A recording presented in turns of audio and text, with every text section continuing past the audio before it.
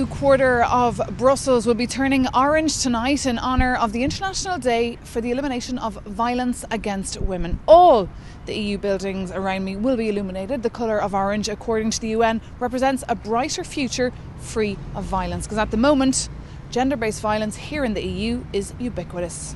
Femicide and gender-based violence remains a frightening reality in Europe, and onlookers warn that not enough is being done to protect victims or punish offenders.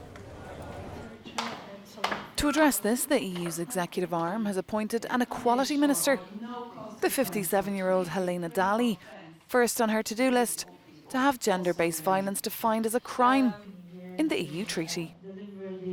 Of course it is a crime, and we can't have people who are living their lives in fear, whether it is physical violence, whether it is psychological violence, whether it is economical violence. The figures speak for themselves. 43% of women have suffered psychological violence by a partner, and 20% have suffered physical violence, according to the EU's Fundamental Rights Agency.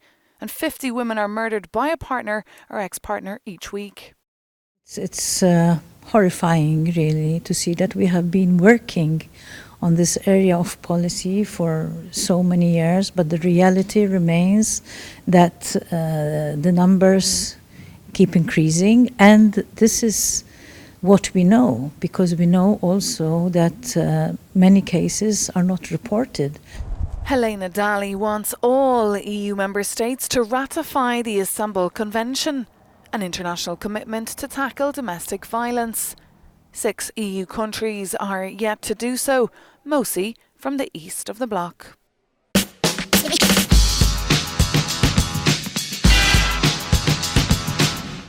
And meanwhile, there have been a number of meetings taking place in Brussels today, one of them with development ministers from all over the bloc, sitting down with the head of foreign affairs, that's Federica Mogherini. At a get-together in Brussels, European Union development ministers have signed up to better supporting developing countries in transition, especially Ethiopia and Sudan. Their meeting comes on the heels of a Concord study that shows that only 10% of EU money reaches the countries that need it the most.